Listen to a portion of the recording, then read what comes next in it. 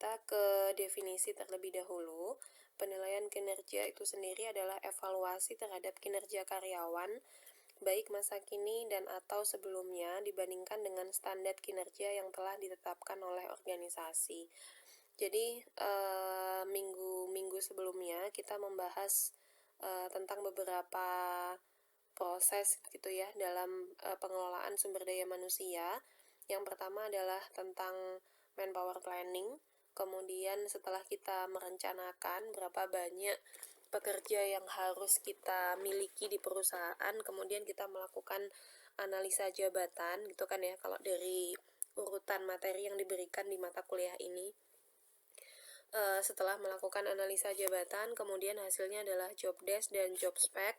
Yang keduanya ini digunakan untuk proses perancangan, rekrutmen, dan seleksi. Kemudian setelah kita melakukan seleksi karyawan, kita sudah mendapatkan karyawannya bekerja, maka setelah karyawan bekerja itu harus dilakukan pengukuran seberapa ketercapaian kinerjanya itu dari standar kerja yang sudah ditetapkan oleh organisasi. Nah, mungkin teman-teman masih ingat salah satu hasil dari analisa jabatan, yaitu deskripsi jabatan atau job desk, juga berisi tentang standar kinerja yang ditetapkan untuk pekerjaan tersebut. Jadi dari job desk itu kita tidak hanya menuliskan tentang apa saja tugas-tugasnya, tapi juga seberapa baik tugas itu harus dikerjakan atau standar kinerjanya. Nah, pada proses evaluasi kinerja ini, kita menilai apakah pencapaian kinerja karyawan sudah memenuhi standar tersebut atau belum. Kemudian penilaian kinerja merupakan bagian dari manajemen kinerja. Jadi penilaian kinerja itu merupakan salah satu proses awal dari manajemen kinerja yang cakupannya jauh lebih luas. Manajemen kinerja ini bagaimana kita mengelola kinerja. Jadi tidak hanya menilai, tapi dari menilai kemudian feedback apa yang harus kita berikan, kemudian intervensi apa yang harus kita berikan supaya kinerja pekerja itu sesuai dengan yang diharapkan oleh organisasi. Jadi sekali lagi, penilaian kinerja itu merupakan salah satu aspek saja dalam manajemen kinerja. Dia merupakan proses awal gitu ya dari manajemen kinerja. Kita menilai dulu orangnya, baru kemudian menentukan tindak lanjut yang harus dilakukan berdasarkan hasil penilaian tersebut. Kemudian hasil penilaian kinerja idealnya berhubungan dengan training, feedback, insentif sebagai bentuk strategi mengeliminasi defisiensi kerja. Jadi training, feedback, insentif ini yang dimaksud dengan manajemen kinerja. Jadi dia efek dari penilaian kinerja. Kalau misalkan kita tahu ternyata kinerjanya itu lebih rendah daripada standar kinerja yang diharapkan, maka kita harus memberikan pelatihan misalnya. Kita bisa memberikan mentoring, kita bisa memberikan coaching, kita bisa memberikan feedback. Dan kemudian hasil kinerja ini juga akan berpengaruh pada insentif.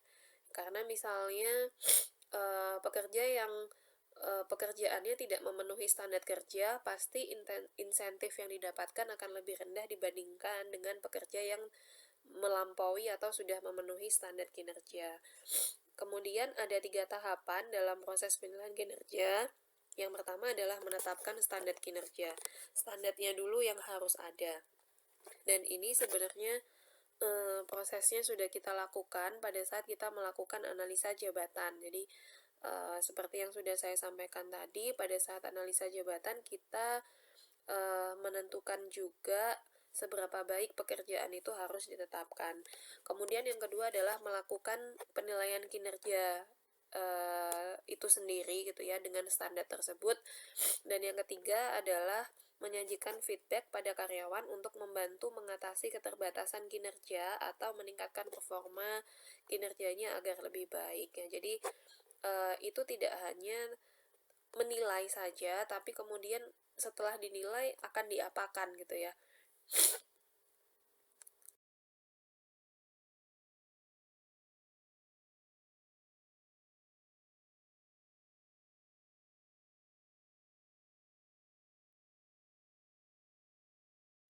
Kemudian berikutnya, mengapa penilaian kinerja itu penting? Yang pertama, penilaian kinerja menjadi standar penentuan oleh organisasi dalam menetapkan besaran kompensasi and benefit. Jadi seperti yang sudah saya jelaskan tadi, yang kinerjanya lebih bagus pasti insentifnya juga lebih besar. Keputusan promosi dan retensi karyawan. Jadi misalkan suatu saat ada job opening gitu ya di perusahaan. Kemudian nggak mungkin dong semua karyawan kita berikan kesempatan untuk mengikuti job opening tersebut atau kesempatan promosi tersebut. Pasti kita hanya akan memilih yang baik-baik aja gitu ya. Kalau semua pekerja diperbolehkan mendaftar, artinya proses seleksinya akan lebih susah ya, karena banyak orang yang harus kita pilih.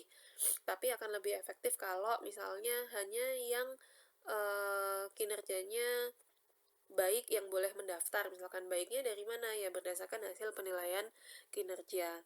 Kemudian penilaian kinerja memiliki peran sentral dalam proses manajemen kinerja. Tadi penilaian kinerja ini seharusnya mengarahkan perusahaan tentang intervensi atau feedback apa yang harus diberikan untuk meningkatkan kinerja. Termasuk salah satunya adalah pelatihan. Jadi pada saat kita melakukan pelatihan itu bukan ya tiba-tiba melakukan pelatihan kepemimpinan misalnya, tiba-tiba melakukan pelatihan customer relation, nggak seperti itu, tapi ada dasarnya kenapa kita melakukan pelatihan-pelatihan itu. Nah, salah satunya adalah didapatkan dari hasil penilaian kinerja. Kemudian yang ketiga adalah memfasilitasi manajer dan bawahannya mengembangkan rencana untuk mengatasi kekurangan kinerja dan mengukuhkan kekuatan atau kelebihan yang dimiliki. Jadi berdasarkan hasil penilaian kinerja, karyawan itu bisa berdiskusi dengan manajernya tentang apa yang masih kurang dari dirinya, apa yang masih perlu ditingkatkan sehingga kinerjanya memenuhi standar organisasi. Selain itu, melalui penilaian kinerja kita bisa melihat juga kelebihan yang ada dalam tiap-tiap karyawan itu apa, sehingga kita bisa lebih memanfaatkan kelebihan ini untuk optimalisasi kinerja organisasi. Kemudian yang keempat adalah menyajikan kesempatan bagi karyawan untuk mereview rencana karir dengan mempertimbangkan kelebihan dan kelemahan. Nah, selain manfaatnya untuk organisasi, penilaian kinerja ini juga bermanfaat untuk karyawan itu sendiri, karena dengan penilaian kinerja dia tahu strength weakness-nya itu di mana.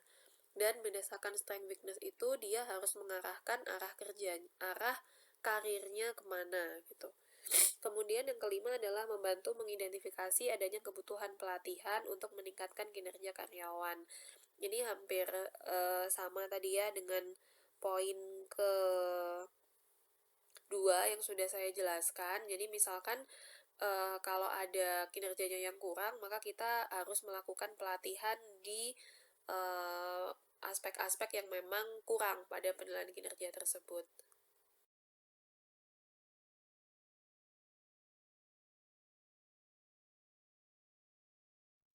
Kemudian ada 3 basis yang bisa dijadikan alternatif dalam penetapan standar pada penilaian kinerja. Yang pertama adalah tujuan atau goals. Ini yang aspek-aspek yang kita ukur gitu ya dalam penilaian kinerja. Yang pertama adalah tujuan atau goals dari pekerjaan itu sendiri. Kemudian yang kedua adalah dimensi pekerjaan atau trait. Dan yang ketiga adalah perilaku atau kompetensi. Kita ke yang pertama dulu, yaitu tujuan atau goals. Manajer dapat menilai dalam hal apa saja karyawan mengejar tujuan numeriknya atau standar kuantitatif. Nah, misalkan bagian pemasaran gitu ya, bagian pemasaran memiliki target target konsumen senilai 100 juta dalam waktu 1 bulan misalkan. Nah, 100 juta itu adalah angka kuantitatif yang ditentukan. Walaupun tidak semua pekerjaan itu bisa dikuantifikasikan gitu ya. Misalkan kayak mampu membuat laporan keuangan dengan tidak ada kesalahan misalkan. Nah, itu kan sangat deskriptif ya, sangat kualitatif, tidak bisa dikuantifikasikan. Tapi sebisa mungkin untuk mempermudah pengukuran dibuat standar kuantitatifnya gitu. Misalkan mampu membuat laporan keuangan dalam waktu berapa lama gitu, atau dengan maksimal toleransi kesalahan berapa persen, katakanlah seperti itu. Jadi karena yang kuantitatif masih lebih bisa terukur secara objektif. Beberapa tujuan diturunkan dari target keuntungan perusahaan secara general, reduksi biaya atau efisiensi pencapaian tujuan. Jadi, eh, tujuan kerja dari masing-masing karyawan itu tidak tiba-tiba ada gitu ya. Itu diturunkan dari target yang ditentukan oleh organisasi gitu. Misalkan organisasi ini menetapkan laba 100M katakanlah per bulan. Nah, kemudian kita punya 10 orang marketing, maka masing-masing marketing itu paling tidak harus mencapai 1M dalam waktu 1 bulan. Nah, itu yang dimaksud dengan tujuan itu diturunkan dari target perusahaan. Tujuan yang efektif adalah tujuan yang memenuhi SMART atau Specific, Measurable, Attainable, Relevant, and Timely. Jadi tujuannya harus spesifik gitu ya. Misalkan tadi marketing mencapai jumlah keuntungan nasabah atau customer 100 juta dalam waktu 1 bulan. Dan itu spesifik gitu.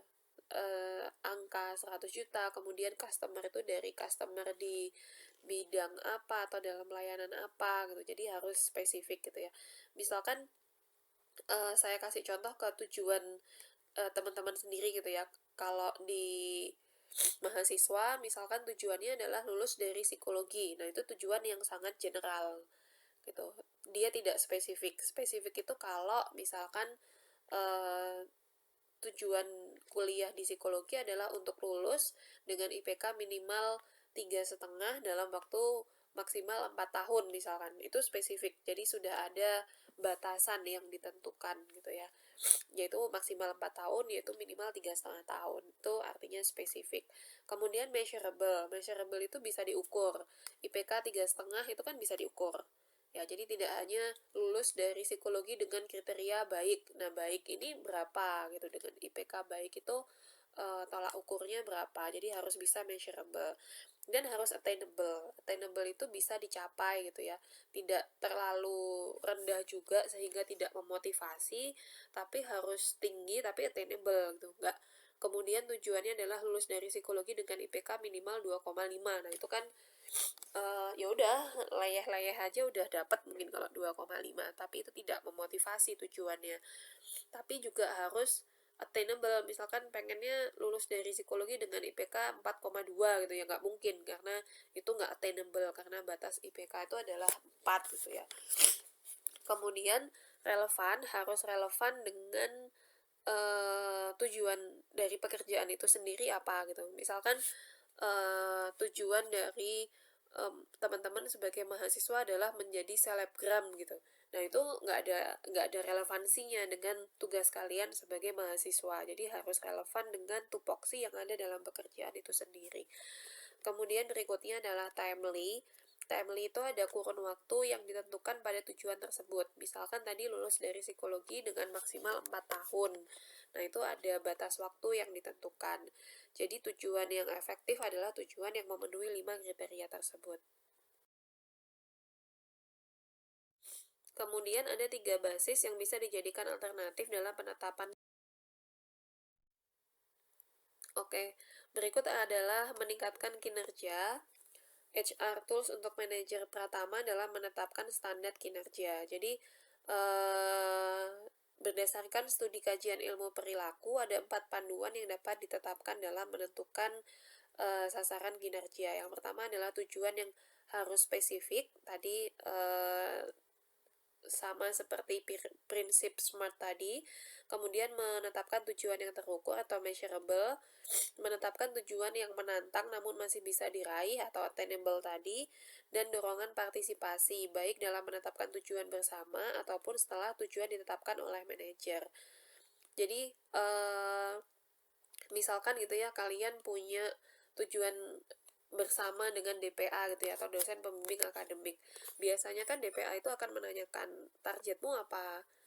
Nah, itu bisa didiskusikan antara mahasiswa dengan dosen. Kalau misalkan IP-nya cuma 3 yang ditentukan kelihatannya terlalu rendah deh. Gimana kalau 3,5? Misalkan dosennya menantang seperti itu.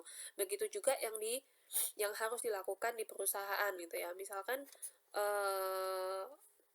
seorang supervisor gitu ngomong ke bawahannya, targetmu sekian ya dalam waktu 1 bulan.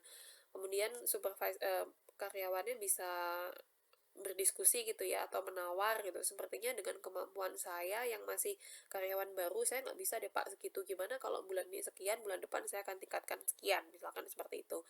Jadi beri kesempatan karyawan tersebut untuk menetapkan bersama sasaran kinerjanya, supaya itu dapat meningkatkan motivasi mereka untuk mencapai tujuan tersebut.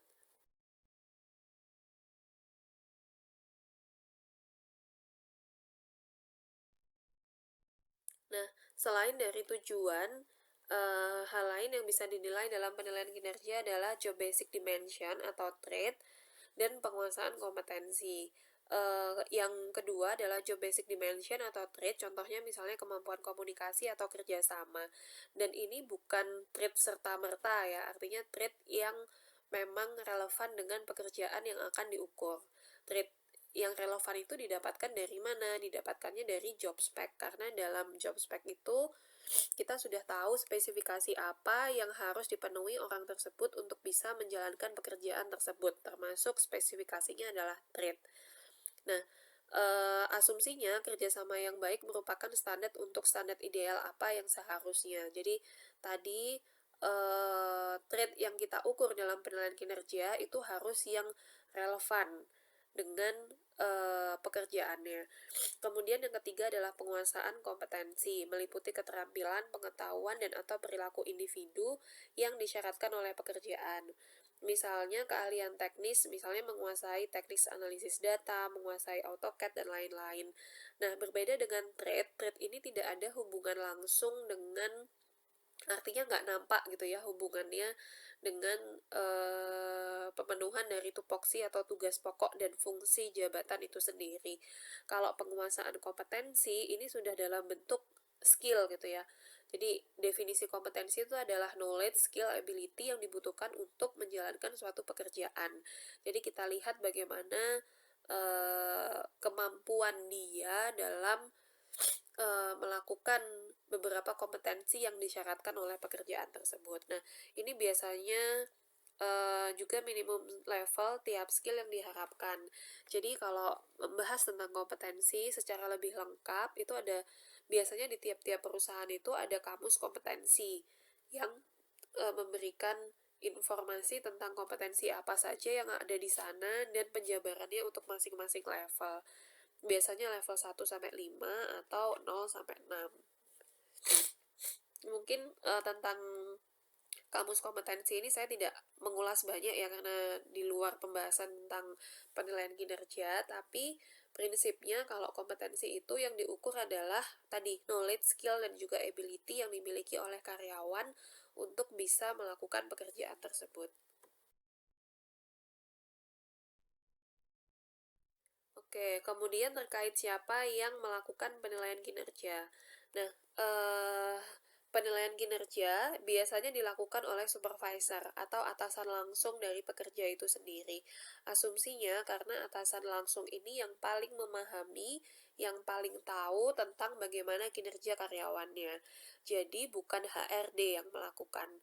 Sekali lagi, kalau teman-teman nanti menjadi HRD, bukan kalian yang harus mengukur sekian puluh, sekian ratus, atau sekian ribu karyawan gitu. Pasti kita nggak mengenal satu persatu dengan dekat karyawan-karyawan kita ya. Jadi kita nggak tahu dengan pasti bagaimana kinerja mereka dalam pekerjaan mereka keseharian. Yang paling tahu adalah atasannya, supervisor langsungnya. Kita sebagai HRD hanya sebagai advisory aja dalam hal tools dan apa yang akan digunakan dan bagaimana menilainya. Jadi tugas kita sebagai HRD adalah menyiapkan alat untuk penilaian kinerja. Alat itu seperti apa? Jadi alat itu adalah instrumen, bisa berbentuk skala, bisa berbentuk kuesioner ataupun metode yang lainnya. Nanti akan dijelaskan pada slide berikutnya. Kita harus mempertimbangkan metode apa yang paling sesuai untuk ditetapkan di perusahaan kita dalam mengukur penilaian, dalam mengukur kinerja gitu. Dan kita juga memiliki kewajiban untuk melatih para supervisor untuk meningkatkan keterampilan dalam menilai, karena penilaian kinerja itu bukan hal yang mudah ya. Kalaupun kita bisa menciptakan instrumen yang bagus, tapi penggunanya atau atasan yang menilai itu tidak bisa menggunakan alat tersebut, ya sama aja itu tidak akan efektif gitu ya penilaiannya. Jadi kita membuat toolsnya atau instrumen penilaian kinerjanya, dan kita memberikan pengarahan pelatihan kepada supervisor supaya mampu menilai karyawan dengan efektif dan objektif. Kemudian jenis penilaian ada beberapa. Tadi yang utama adalah biasanya dilakukan oleh supervisor langsung, tapi ada juga yang dilakukan oleh peer appraisal atau rekan kerja. Ada juga yang dilakukan oleh crowd appraisal atau beberapa orang yang terlibat dalam pekerjaannya menilai secara bersama-sama. Kemudian ada virtual games. Virtual games ini semacam aplikasi gitu ya, aplikasi games yang dimiliki oleh perusahaan, di mana masing-masing karyawan itu nanti memiliki avatar gitu ya, dan masing-masing karyawan ini menilai teman-teman yang lainnya gitu. Jadi pada prinsipnya adalah peer appraisal yang dibentuk dalam virtual game. Kemudian ada rating komite, yaitu beberapa orang yang menilai satu orang dalam hal kinerjanya. Kemudian bisa self rating atau individu itu menilai kinerjanya sendiri tapi tidak berdiri sendiri ya, artinya self rating tapi biasanya akan dikombin dengan supervisor rating, biasanya seperti itu. Jadi penilaian diri sendiri kemudian akan di konfirmasi oleh penilaian atasan. Kemudian ada juga yang appraisal by subordinates, jadi penilaian kinerja yang dilakukan oleh bawahan gitu, bawahan kita. Kemudian ada 360 derajat feedback atau penilaian yang dilakukan. Kalau 360 itu kan muter gitu ya dalam satu lingkaran. Jadi atasnya menilai, bawahnya menilai, kanan kirinya juga menilai gitu. Jadi atasnya itu adalah atasannya atau supervisornya, bawah itu adalah subordinat atau bawahannya yang menilai dia, kemudian kanan kiri itu adalah peers atau rekan kerja yang juga menilai dia. Jadi macam-macam tentang siapa yang berhak melakukan penilaian kinerja. Kalau ditanya yang paling efektif yang mana, tergantung dari kebutuhan dan budaya dari organisasi itu sendiri. Yang perlu dipertimbangkan saat teman-teman nanti membuat instrumen tentang penilaian kinerja gitu ya, karena proses menilai kinerja ini adalah proses yang berjalan beriringan dengan proses bisnis yang ada dalam organisasi gitu. Biasanya penilaian kinerja itu terjadi di akhir tahun, kalau itu dilakukan dalam 1 tahun sekali. Ada juga yang melakukan 1 tahun 2 kali dan seterusnya. Nah, yang harus diperhatikan adalah kita misalkan ya di perusahaan sepatu gitu, yang setiap hari memproduksi sepatu, dan misalkan pada saat akhir tahun kita melakukan penilaian kinerja, kan nggak mungkin produksi sepatunya berhenti dulu untuk kita 1 bulan melakukan penilaian kinerja misalkan. Ya, penilaian kinerja ini berjalan di proses bisnis tersebut gitu. Jadi bagaimana caranya supaya tools yang kita buat ini memudahkan bagi supervisor dalam menilai gitu. Jadi karena mereka harus meluangkan waktu untuk mengukur bawahannya. Jadi jangan sampai bikin tools yang ribet gitu ya, nggak user friendly, sehingga nggak efisien juga dalam pengambilan datanya.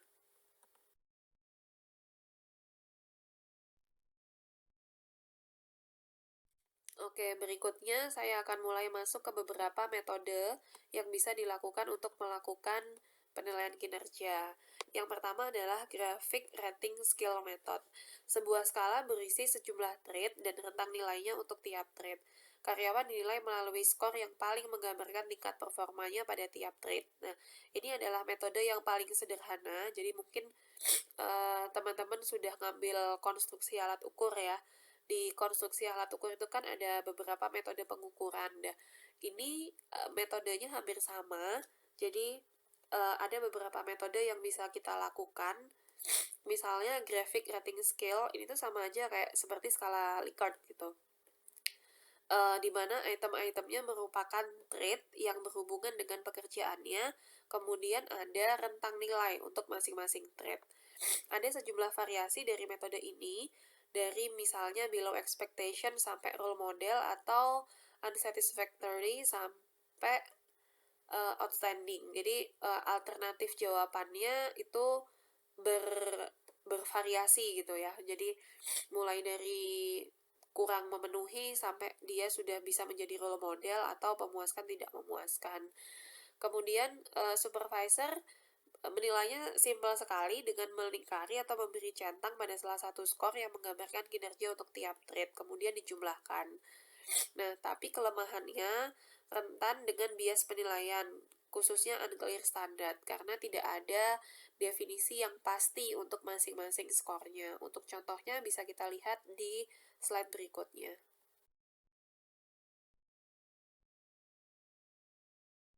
Nah, ini adalah contoh sederhana dari grafik rating skill method.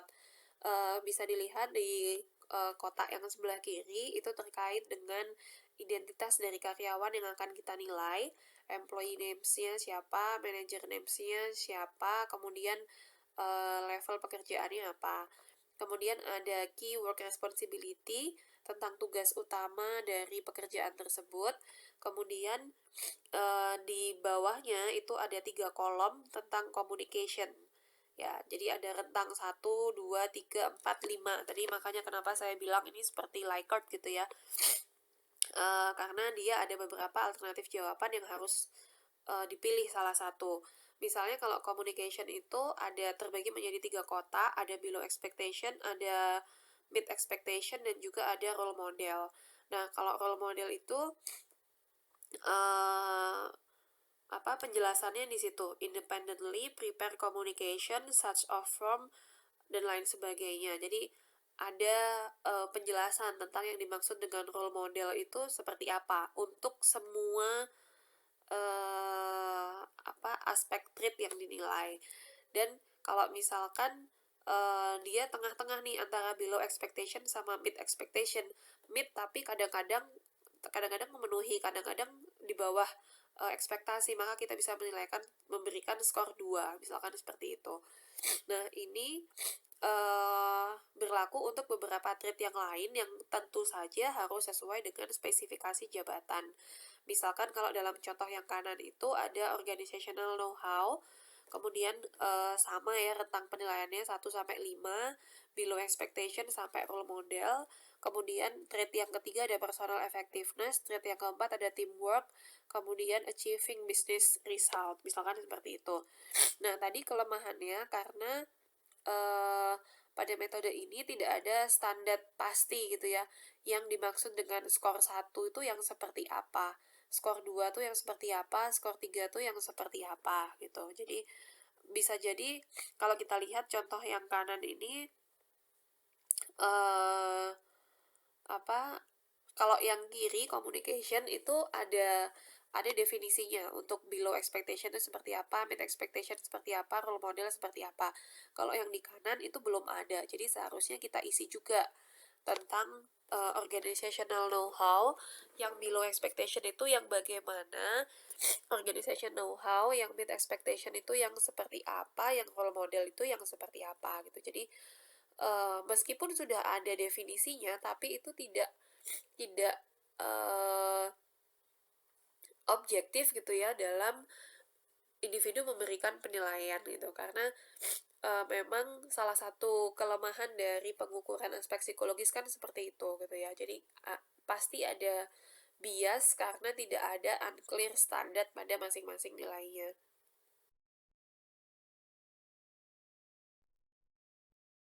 Nah, ini adalah contoh juga dari grafik rating skill method.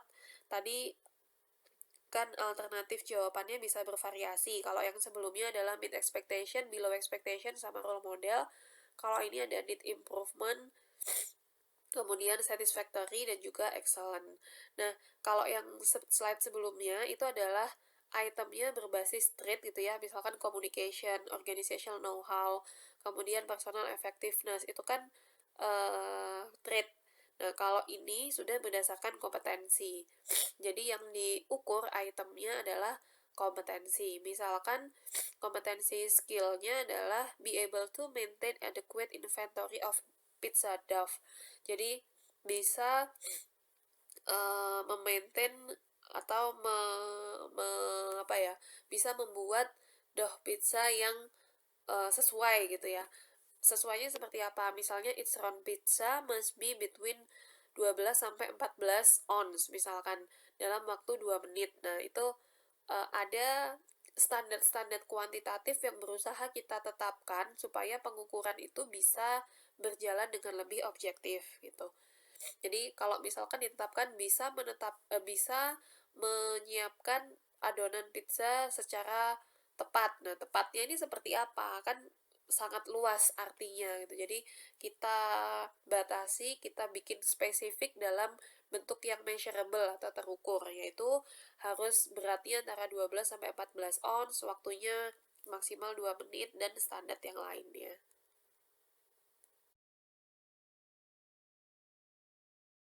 Ini juga contoh dari graphic rating skill method yang lebih komprehensif ya. Yang ini juga berdasarkan kompetensi. Misalkan yang di sebelah kiri bisa teman-teman lihat exhibit leadership kompetensi misalnya. Kemudian definisinya adalah effectively leads and motivates nurse, yaitu build a culture is open and receive to improve critical care dan lain sebagainya. Jadi leadership kompetensi, technical supervisory kompetensi, managerial supervisory kompetensi, communication kompetensi, dan decision making kompetensi itu adalah kompetensi-kompetensi yang kita ukur. Kemudian di bawahnya harus ada penjelasan tentang definisi dari kompetensi itu sendiri gitu.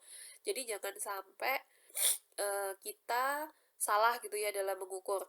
Mungkin teman-teman yang di KAU juga sudah paham ya tentang definisi operasional gitu. Jadi misalkan kita mau mengukur leadership, tapi jangan salah, ternyata yang kita ukur itu kemampuan manajerialnya bukan kemampuan leadership, karena dua hal ini saling beririsan gitu. Jadi untuk memudahkan penilai atau supervisor dalam memberikan penilaian kepada karyawan, kita harus mendefinisikan dari masing-masing kompetensi atau trait yang akan diukur gitu, supaya mereka mengukur hal yang jelas gitu ya, apa yang harus mereka ukur.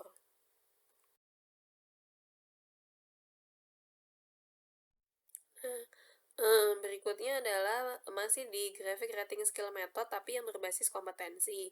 Yang dijelaskan di 2 slide sebelumnya itu adalah yang berbasis kompetensi. Indikator penilaiannya merupakan kompetensi atau keterampilan. Contohnya tadi pada posisi pizza chef, salah satu indikator penilaiannya adalah mampu memelihara ketersediaan yang adekuat untuk membuat adonan pizza. Jadi kata mampu itu adalah cerminan dari kompetensi gitu. Kalau trait itu masih sifat yang itu belum termanifest dalam bentuk perilaku atau kemampuan. Tapi kalau kompetensi kita ngomong bukan hanya trait yang dimiliki tapi apa yang bisa orang lain lakukan dengan trait tersebut. Contoh lain kompetensi dari posisi supervisor nurse adalah mengarahkan dan memotivasi para nurse secara efektif. Jadi dia mampu untuk mengarahkan dan memotivasi nurse gitu ya, bukan hanya memiliki potensi leadership misalkan. Kalau potensi itu kan belum nampak dalam bentuk kompetensi. Beberapa perusahaan menggunakan self appraisal berbasis kompetensi yang diisi karyawan lalu didiskusikan oleh supervisornya. Ya tadi salah satu yang menilai adalah bisa self rating atau self assessment gitu ya.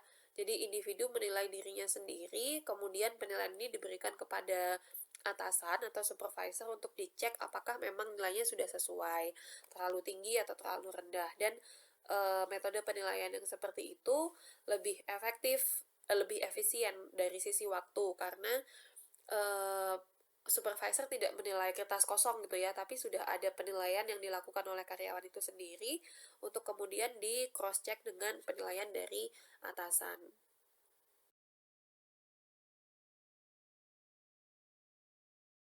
Oke, berikutnya adalah alternation ranking method. Metode ini juga yang cukup populer digunakan dalam penilaian kinerja. Caranya adalah yang pertama, buat daftar semua karyawan atau bawahan yang akan dinilai. Karena tadi kan utama yang melakukan penilaian adalah supervisor, jadi supervisor harus membuat list bawahan atau karyawan yang akan dinilainya. Lalu coret nama yang tidak cukup dikenal untuk menentukan peringkat.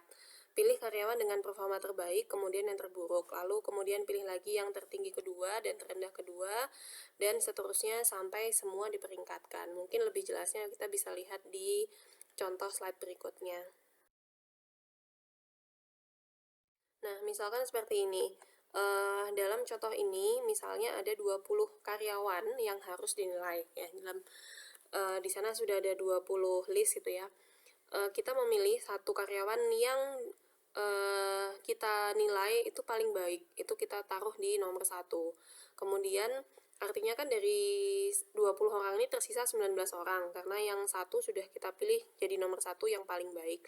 Dari 19 orang ini kita pilih yang paling jelek siapa, kemudian kita taruh di nomor 20. Artinya kan tinggal 18. Dari 18 orang ini kemudian yang paling baik siapa, kita taruh di nomor 2. Kemudian tinggal 17. Dari 17 orang ini yang paling jelek siapa, kemudian kita taruh di nomor 19. Artinya kan tinggal 16. Dari 16 ini yang paling baik siapa, kita taruh di nomor 3. Kemudian sisanya kita pilih yang paling jelek, kita taruh di nomor 18, dan seterusnya sampai semua terisi gitu. Memperingatkan karyawan dari yang terbaik hingga yang terburuk pada trade tertentu. Memilih yang tertinggi sampai terendah sampai semuanya diperingkatkan. Ya, jadi ini adalah metodenya membandingkan dengan karyawan lain atau pekerja lain.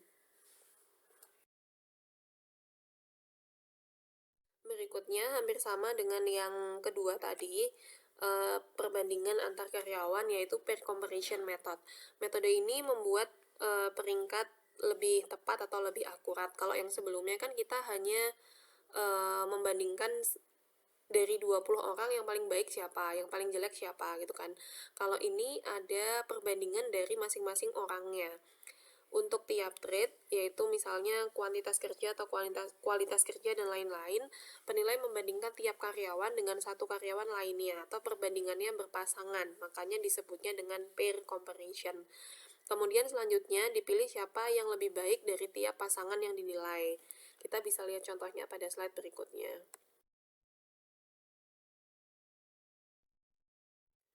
Nah, misalkan pada contoh ini ada dua trade yang kita nilai, yang sebelah kiri adalah quality of work, dan yang kedua sebelah kanan adalah creativity.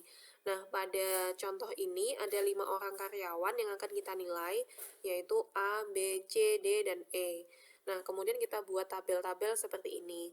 Nah, cara membacanya untuk yang tabel kiri, yang quality of work, kita lihat bahwa A itu dibandingkan dengan B, ya di sini positif ya.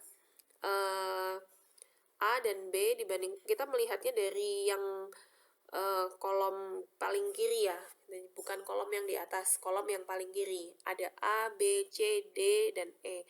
A dibandingkan dengan B yang ada di kolom sebelah atas itu positif, artinya A itu kinerjanya lebih baik daripada B dalam hal quality of work.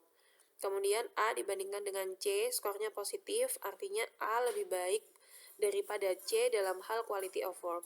Kemudian A dibandingkan dengan D, di sini tandanya negatif, artinya A lebih jelek atau lebih rendah kinerjanya dibandingkan dengan D pada aspek quality of work.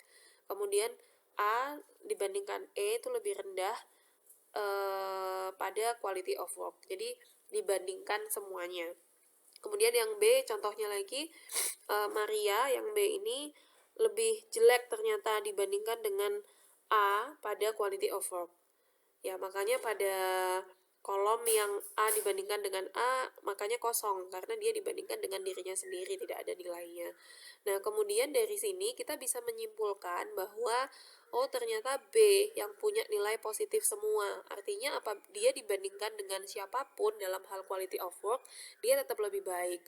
Maka bisa kita lihat bahwa B yang memiliki nilai paling tinggi untuk aspek quality of work. Begitu juga dengan contoh yang ada di sebelah kanannya tentang creativity. Bisa kita lihat di sana bahwa A itu yang memiliki poin positif gitu ya saat dibandingkan dengan siapapun. Artinya kita bisa menyimpulkan A ini yang paling tinggi nilainya dalam hal kreativitas dibandingkan dengan karyawan yang lain. Jadi sama dengan metode yang kedua tadi, hanya kalau yang ketiga ini perbandingannya jelas gitu, dibandingkan secara langsung pada masing-masing pekerja gitu. Kalau contohnya ini ada 5 pekerja yang kita bandingkan secara langsung.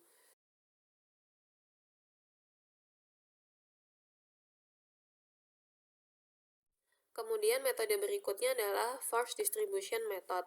Sama halnya dengan menilai pada sebuah kurva. Jadi teman-teman mungkin masih ingat ya tentang kurva normal yang seperti lonceng gitu. Jadi kita menempatkan semua karyawan dalam kurva normal tersebut. Namanya force distribution, artinya kita membuat distribusi yang terpaksa gitu ya. Jadi mau nggak mau harus ada orang-orang yang dimasukkan dalam kategori kurva normal tersebut. Nah, manajer menetapkan persentase yang telah ditentukan sebelumnya karyawan ke dalam kategori kinerja.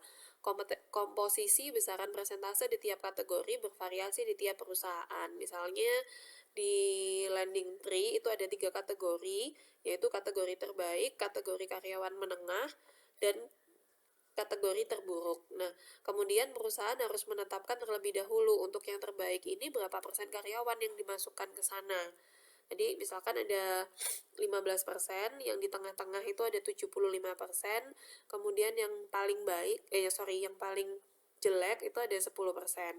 Di GA beda lagi, atau General Electric ada 3 kategori juga, yaitu kategori 1 itu jumlahnya 20%, kategori 2 itu jumlahnya 70%, kategori 3 jumlahnya 10%. Dan ini bebas ya, jadi bergantung dari kebijakan dari masing-masing perusahaan dan bisa jadi beda-beda. Nah, kemudian setelah adanya kurva yang sudah ditentukan ini, kita memilih karyawan-karyawan yang ditetapkan di sana gitu. Misalkan kita punya 100 karyawan di landing tree gitu ya. Maka yang pertama kita memilih 15 orang terbaik untuk masuk ke dalam 15% kategori 1 gitu. Kemudian kita memilih lagi 75 orang yang dimasukkan dalam kategori tengah atau kinerja rata-rata. Jadi jumlahnya tidak boleh melebihi atau kurang dari kategori yang sudah ditentukan. Jadi namanya juga force distribution. Mau nggak mau ya harus masuk ke dalam jumlah persen kategori itu. Itu misalkan kalau di GA kita harus memilih 20 orang dengan kategori terbaik. Kemudian kita memilih lagi 10 orang yang terjelek. Sisanya ya berarti masuk tengah gitu. Nah, metode ini memiliki manfaat besar untuk mencegah para supervisor memberikan penilaian yang satisfactory atau high pada setiap karyawan. Jadi, penilaian kinerja itu terutama kalau dalam budaya timur itu kan kita kadang sungkan ya untuk menilai orang lain. Jadi kadang cari nilai aman, ya udahlah kita kasih baik semua. Nah, dengan force distribution ini nggak mungkin karena mau nggak mau kita dipaksa untuk memilih ada 3 kategori tersebut yang harus diisi dan ada jumlah persennya gitu. Tapi di sisi lain, metode ini beresiko meningkatkan dampak merugikan dan diskriminatif gitu. Misalkan ternyata karyawannya itu dari 100 orang cuman 1 orang yang benar-benar jelek gitu. Padahal di GA itu ada 10% yang harus dimasukkan dalam kategori jelek gitu. Artinya kan ada 9 orang lainnya yang harus dipaksa dimasukkan ke dalam kategori jelek. Walaupun mungkin kenyataannya mereka masih bisa masuk ke dalam standar menengah gitu. Jadi karena adanya paksaan dari distribusi ini, mau nggak mau kita memasukkan karyawan ke dalam kategori-kategori yang sudah ditetapkan.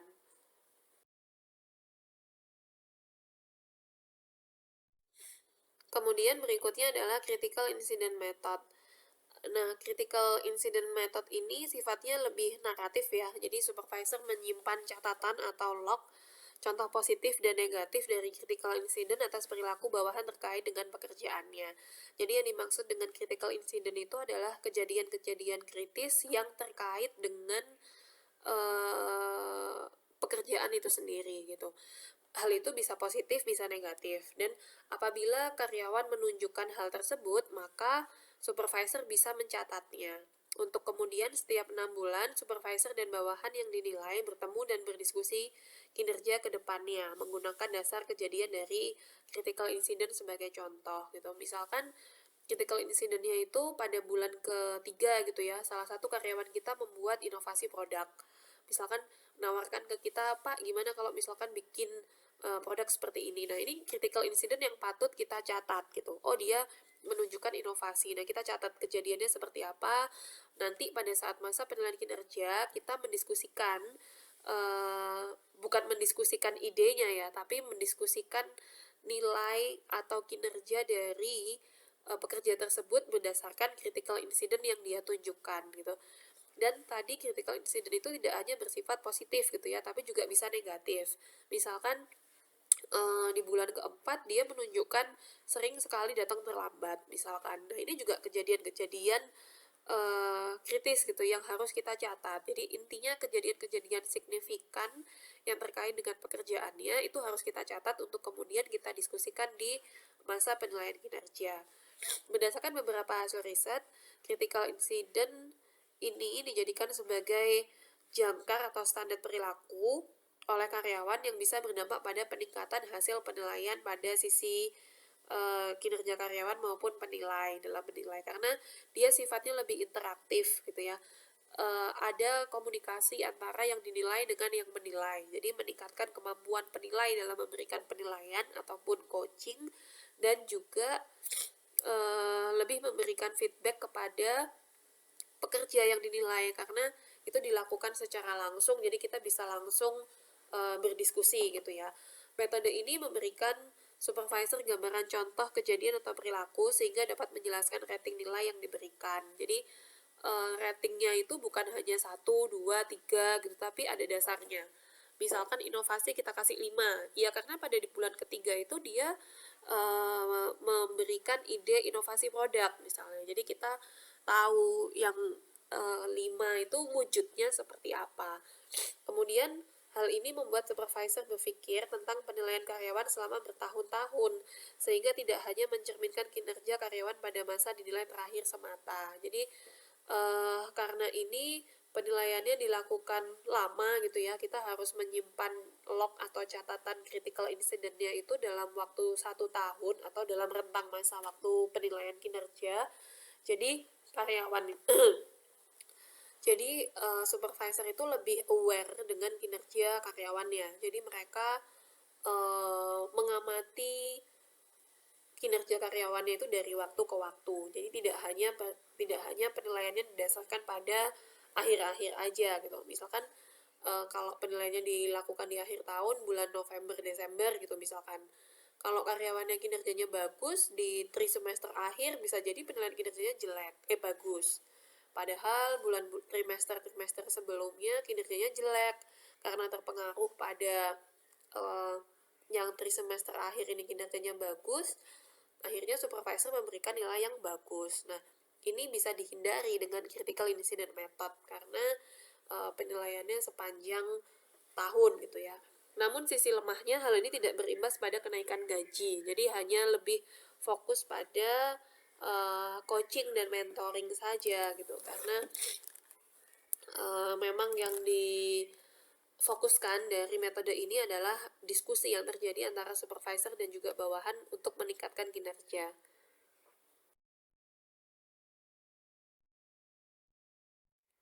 Nah, ini adalah contoh critical incident methodnya.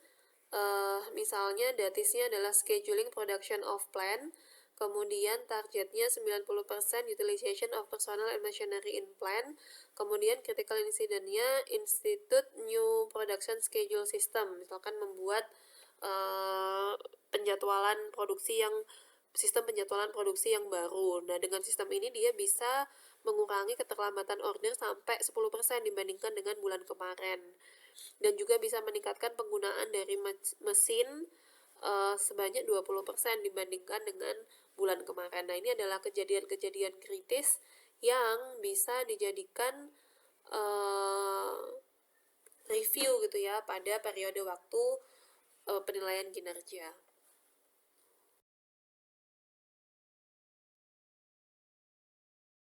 Oke, berikutnya adalah narrative form. naratif form ini semua atau sebagian tertulis mungkin berjenis naratif. Contohnya pada bagian saran atau catatan atau area pengembangan. Nah, misalkan contoh apa namanya? Formnya seperti ini. Tools yang digunakan seperti ini. Yang sebelah kanan itu yang warna pink. Jadi misalkan di atas itu sekali lagi harus ada identitas dari yang dinilai, yang menilai gitu ya, di bagian apa. Kemudian appraisal kriterianya, job related goals-nya apa, tujuan dari tujuan dari pekerjaan ini apa, kemudian employee job knowledge, employee job skill, abilities yang harus dimiliki oleh karyawan. Misalnya contohnya ini employee job knowledge gitu ya. Di narrative appraisalnya, Sam's knowledge of chemical engineering is exceptional. Her colleague use her as a resource when they have a question misalkan. Jadi dia memiliki pengetahuan yang baik gitu ya tentang engineering. Kemudian juga sering dijadikan referensi bagi teman-temannya yang memiliki pertanyaan. Nah, kita menggambarkan, jadi bukan hanya memberikan nilai 1, 2, 3, 4, 5, tapi menggambarkan bagaimana bentuk dari job knowledge-nya. Nah, kemudian rekomendasi dari training and development-nya, help prepare her for more responsibility. Jadi berdasarkan knowledge yang sudah dia miliki sekarang, sepertinya dia bisa diberikan tanggung jawab yang lebih atau misalkan dipromosikan gitu. Jadi ada relevansi gitu ya dari kondisi atau kinerjanya saat ini dengan development yang dibutuhkan apa. Penilaian naratif membantu karyawan memahami di mana performa yang baik atau buruk dan bagaimana cara meningkatkannya. Tadi karena ada tindak lanjutnya gitu. Ada yang kolom paling kanan itu ada training and development yang dibutuhkan sebagai tindak lanjut dari penilaian yang sudah dilakukan. Gitu. Jadi kalau naratif ini bentuknya lebih deskriptif gitu ya, menggambarkan tentang kinerja yang sudah dicapai dan follow up dari penilaian itu sendiri.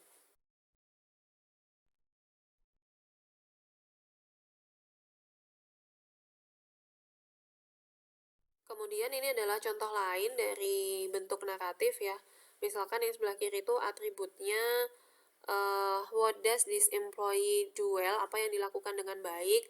Kemudian bisa ditulis di komen ini bentuk narasinya apa dan baiknya dia mengerjakan itu contohnya seperti apa gitu ya, dan juga untuk aspek-aspek yang lainnya.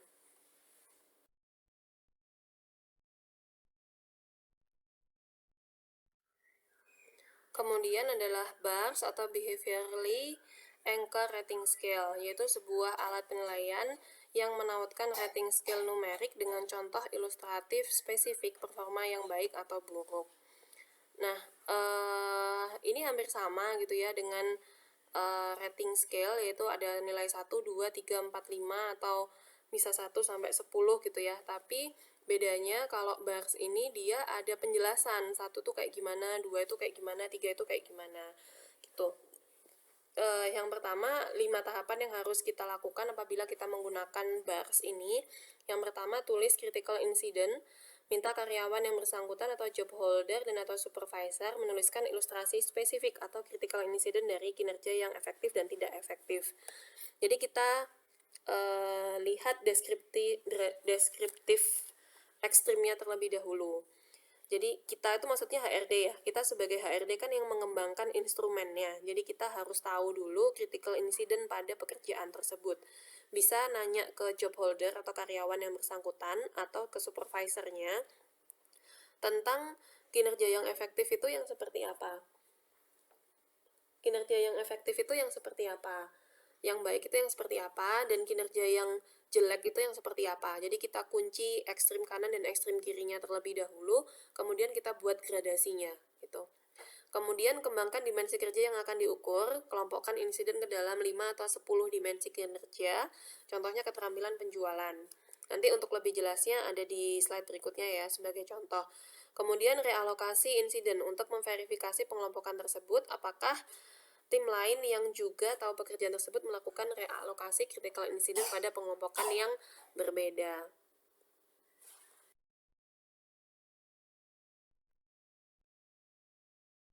Kemudian yang keempat adalah menilai atau mengukur insiden.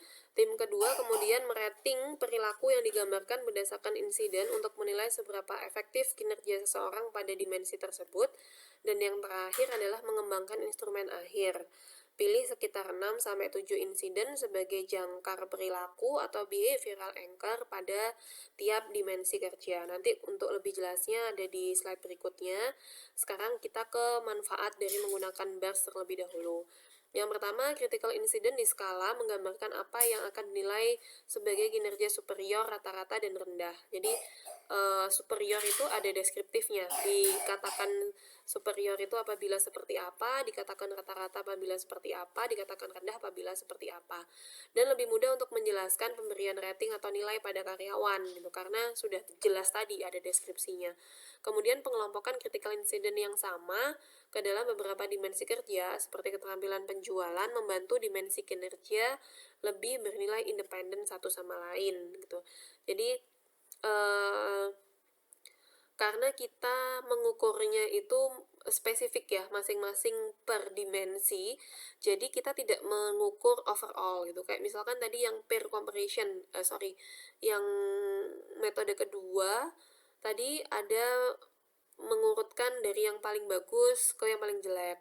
Ya, tadi yang contoh 20 karyawan tadi kita mengurutkan dari yang terbaik siapa, yang terjelek siapa, terbaik kedua siapa, terjelek kedua siapa. Nah, itu bisa jadi sangat general, tidak berdasarkan dimensi kerja yang lebih spesifik gitu. Jadi kalau dengan BARS ini kita bisa melakukan penilaian dimensi kerja secara lebih independen.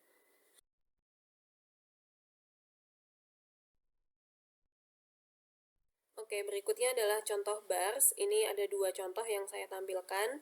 Yang sebelah kanan itu ada 7 skor penilaian, di mana 1-7 itu sudah ada deskripsinya gitu. Yang dinamakan 1 itu seperti apa, 2 itu seperti apa, 3 itu seperti apa. Nah, 1-7 deskripsinya itu berasal dari critical incident yang sudah kita kumpulkan dari karyawan dan juga supervisor. Jadi tadi proses-proses yang dilakukan itu kita cari dulu critical incident-nya. Dari 1 yang paling tidak efektif itu kinerjanya seperti apa, dan yang paling efektif itu kinerjanya seperti apa untuk mengisi skor 7. Nah, jadi kita kunci di ekstrem kanan dan ekstrem kirinya dulu, ekstrem atas dan ekstrem bawah. Kemudian kita membuat gradasinya, kalau satunya seperti itu yang paling jelek, dan yang paling bagus di angka 7 itu deskripsinya seperti itu. Kemudian kita membuat gradasinya untuk mengisi nomor 2, 3, 4, 5, dan 6. Dan ini yang harus kita lakukan bersama komite lewat diskusi tadi. Nah, sedangkan contoh yang di sebelah kiri itu ada 10 penilaian, tapi deskripsinya hanya ada 5. Ini juga bisa dijadikan alternatif gitu ya, supaya kita tidak membuat deskripsi yang terlalu banyak. Nah, kalau yang di contoh kiri itu misalkan dari yang paling bawah 1-2 itu hanya ada deskripsi nilai 1 dan 2 itu hanya ada 1 deskripsi. Nilai 3 dan 4 itu hanya ada 1 deskripsi. Jadi kalau pekerja mencerminkan deskripsi itu dan mencerminkannya baik, maka dia mendapatkan skor 2. Tapi kalau mencerminkan hal itu tapi mencerminkannya jelek, maka mendapatkan skor 1, seperti itu. Sama juga kalau misalkan dia menunjukkan perilaku yang ada di antara 3 dan 4. Jadi kalau misalkan kita baca yang ke 3 dan 4 itu, kalau dia baik kita kasih skor dia 4, kalau dia jelek kita kasih skor dia 3 gitu. Jadi yang sebelah kiri itu lebih ringkas gitu ya, karena tidak semua angka ada deskripsinya. Tapi inti dari BARS itu sendiri adalah adanya deskripsi untuk masing-masing skor penilaian, sehingga penilai itu ada standarnya yang dikatakan 1 itu seperti apa, 2 seperti apa, dan seterusnya.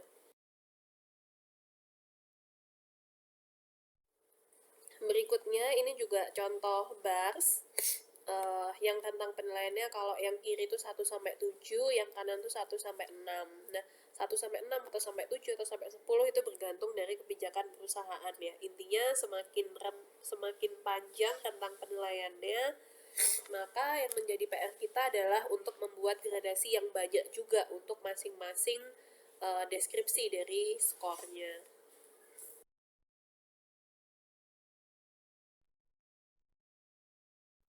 Oke, berikutnya adalah MBO. MBO ini atau manajemen by objective mengacu pada penetapan tujuan perusahaan berskala luas dan multi tahapan. Jadi intinya adalah MBO ini pada proses penurunan target yang ditetapkan oleh perusahaan, kemudian turun ke departemen, kemudian turun ke karyawan. Jadi misalkan dalam suatu perusahaan sepatu gitu ya, targetnya adalah memproduksi 1000 unit sepatu dalam waktu 1 bulan misalkan. Nah, dari 1000 unit sepatu 1 bulan ini kan berefek untuk departemen-departemen yang lainnya gitu ya. Misalkan untuk departemen pengadaan barang, jadi dia harus bisa menyediakan bahan baku dari sepatu ini seberapa banyak dalam waktu seberapa lama. Kemudian misalkan contoh yang lebih mudah terukur gitu ya, bagian marketing katakanlah, berarti dia harus bisa menjual 1000 sepatu minimal dalam waktu 1 bulan. Nah, misalkan dari 1000 sepatu ini ada 10 orang marketing, artinya masing-masing marketing ini harus menjual 100 sepatu dalam waktu 1 bulan. Jadi inti dari MBO ini adalah adanya breakdown atau turun-temurun dari target yang ditetapkan oleh perusahaan. Kemudian MBO ini menuntut para manajer menetapkan tujuan yang relevan dengan organisasi dan terukur bersama para karyawannya. Jadi ada diskusi juga tentang tujuan organisasi, tujuan yang ditetapkan pada karyawan. Kayak yang tadi disampaikan, karena saya orang baru, gimana kalau sekarang bulan ini saya nggak 100 dulu, misalkan 75. Bulan depan saya akan meningkatkan jadi 100 deh, bulan depannya lagi saya 125, misalkan seperti itu. Jadi ada diskusi antara karyawan dan juga supervisor tentang target yang ditentukan dan juga kemajuan dari penetapan target tersebut. Nah, MBO ini baik dilakukan tapi sangat menyita banyak waktu gitu ya. Bayangkan kalau misalkan ada 100 karyawan yang harus kita supervisi dengan proses diskusi dan penetapan tujuan yang sedemikian panjang, maka waktunya akan sangat banyak yang dibutuhkan. Beberapa perusahaan menggunakan versi streamline dalam prosesnya, misalkan Google, yaitu menetapkan tujuan dan hasil kunci setiap periode 3 bulanan, sehingga semua karyawan dapat memastikan tujuan personal mereka sinkron dengan tujuan perusahaan. Dan ini semua tertuang dalam website internal Google yang bisa diunduh oleh masing-masing karyawannya. Jadi tadi seperti misalkan virtual games itu kan hanya tools ya atau metode dengan memanfaatkan teknologi informasi yang bisa memudahkan proses penilaian kinerja.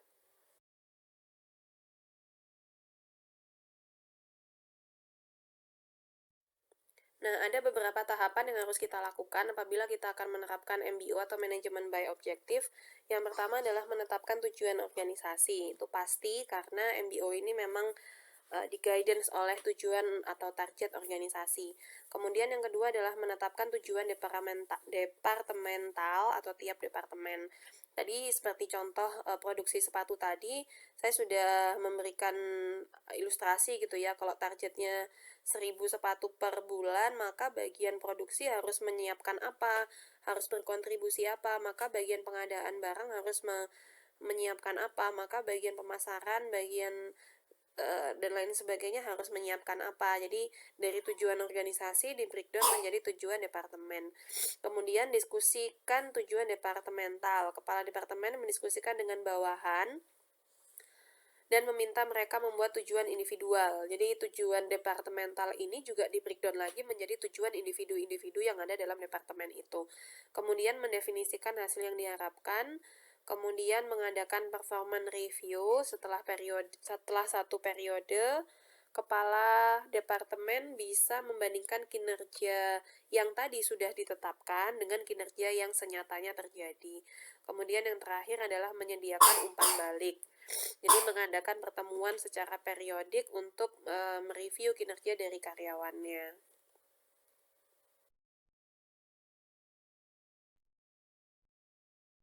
Oke, kemudian berikutnya adalah penggunaan teknologi informasi gitu ya dalam penilaian kinerja. Saat ini penilaian kinerja dibuat dengan sistem berbasis teknologi informasi seperti menggunakan paket software atau sistem berbasis cloud. Proses penilaian yang paling digital saat ini adalah modules bisa teman-teman lihat di Bamboo HR. Di sana juga bisa free trial. Teman-teman bisa coba berselancar ke sana untuk melihat contohnya seperti apa. Kemudian Electronic Performance Monitor atau EPM. Sistem EPM ini membantu manajer memonitor tingkat kinerja karyawan, akurasi dan jumlah waktu yang dihabiskan untuk bekerja secara daring. Jadi lebih terawasi gitu ya, meskipun pekerjaannya dilakukan secara daring. IPM bisa meningkatkan produktivitas namun juga meningkatkan stres pada karyawan karena dia merasa terus dipantau gitu ya dalam pekerjaannya. Kemudian alternatif lainnya bisa menggunakan wearable, semacam perangkat elektronik yang digunakan oleh karyawan. Dia semacam aksesoris atau ada juga yang ditanamkan di dalam tubuh penggunanya gitu, sehingga bisa memonitor apa saja yang dilakukan oleh karyawan. Coba teman-teman bisa membaca referensi tentang wearables teknologi.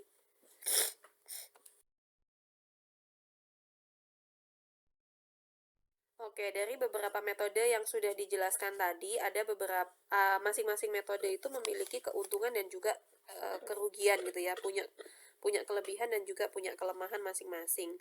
Misalnya yang pertama, graphic rating scale, dia simple, mudah untuk digunakan dan memberikan nilai kuantitatif untuk masing-masing karyawan sehingga lebih mudah dalam membandingkan gitu ya, tinggal dijumlah kemudian dibandingkan jumlah hasil masing-masing karyawan. Tapi standarnya maybe unclear. Adanya halo effect, central tendency, leniency, bias can also be a problem. Jadi tadi yang pertama kita kadang memberikan skor 5 gitu ya, tapi 5 antara satu supervisor dengan supervisor yang lain itu mungkin standarnya tidak sama. Artinya penilaian yang diberikan pun juga bisa jadi tidak sama gitu. Itu yang kekurangannya dari graphic rating scale, tapi keuntungannya dia simple dan mudah untuk digunakan. Kemudian yang bars ini menyediakan behavior anchor dan lebih akurat gitu karena bukan hanya 1, 2, 3, 4, 5 tapi ada deskripsinya, 1 seperti apa, 2 seperti apa, 3 seperti apa, tapi it's difficult to develop gitu karena kita harus menyediakan tadi critical incident untuk masing-masing skor itu, level 1 itu seperti apa, level 2 seperti apa, level 3 seperti apa. Kemudian alternation ranking itu simple to use but not as simple as graphic rating scale. Kemudian kelebihannya bisa menghindari central tendency and others problem of rating scale gitu, karena dia mengelompokkan dari melis tadi ya 1 sampai 1 sampai 20 tadi. Jadi tidak ada nilai tengah gitu, avoid central tendency, nggak ada yang dinilai baik semua. Kadang kan gitu ya, kesusahannya penilaian itu kalau nggak dinilai baik semua ya udah dinilai tengah semua gitu, untuk menghindari yaitu tadi kalau orang timur itu kan lebih ke sungkan ya dalam melakukan proses penilaian. Kemudian tapi kerugiannya dapat menyebabkan disagreement among employee and may be unfair if employee are in fact excellent. Jadi hampir sama tadi dengan force distribution, karena sudah ada kategori-kategori yang harus dipenuhi gitu ya. Bisa jadi karyawan yang jelek sebenarnya 1, tapi karena yang harus masuk ke kategori jelek itu ada 10, yang 9 lainnya harus dalam tanda kutip dikorbankan untuk masuk dalam kategori tersebut. Dan beberapa metode yang lainnya bisa teman-teman baca sendiri untuk kelebihan dan juga kekurangannya. Oke, kemudian error-error dalam penilaian kinerja. Ada beberapa uh, potensi permasalahan gitu ya dalam melakukan penilaian kinerja. Yang pertama adalah standar yang tidak jelas, kedua halo effect, yang ketiga central tendency, keempat strictness atau leniency, dan recency effect. Yang pertama, standar tidak jelas. Skala penilaian ini tampaknya objektif, namun menghasilkan penilaian yang tidak adil karena trait dan derajat kepantasannya ambigu. Misalnya, tiap supervisor memaknai baik atau cukup dengan parameter yang berbeda. Yang tadi saya sampaikan, kalau graphic rating scale itu sederhana, tapi masing-masing supervisor bisa jadi mendefinisikan 1, 5 itu dengan definisi yang berbeda, sehingga nilainya juga berbeda.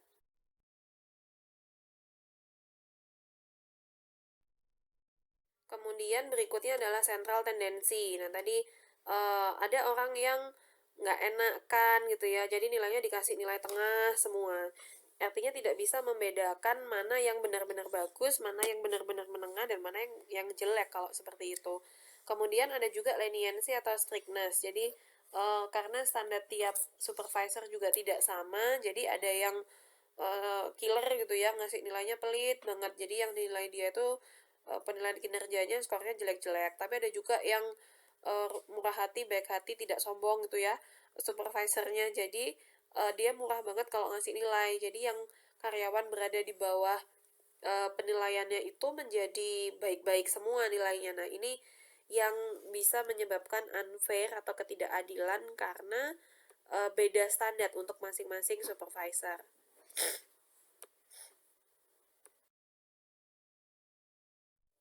Kemudian berikutnya adalah resensi effect. Resensi effect itu membiarkan apa yang karyawan telah lakukan baru-baru ini membutakan penilaian kinerja selama bertahun-tahun ya. Tadi kayak yang saya sampaikan, misalkan penilaian kinerja itu terjadi di bulan November, Desember gitu ya.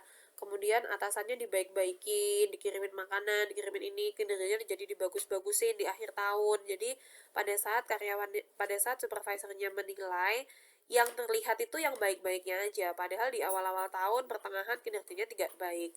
Nah, itu tertutup oleh bias yang terjadi di akhir-akhir.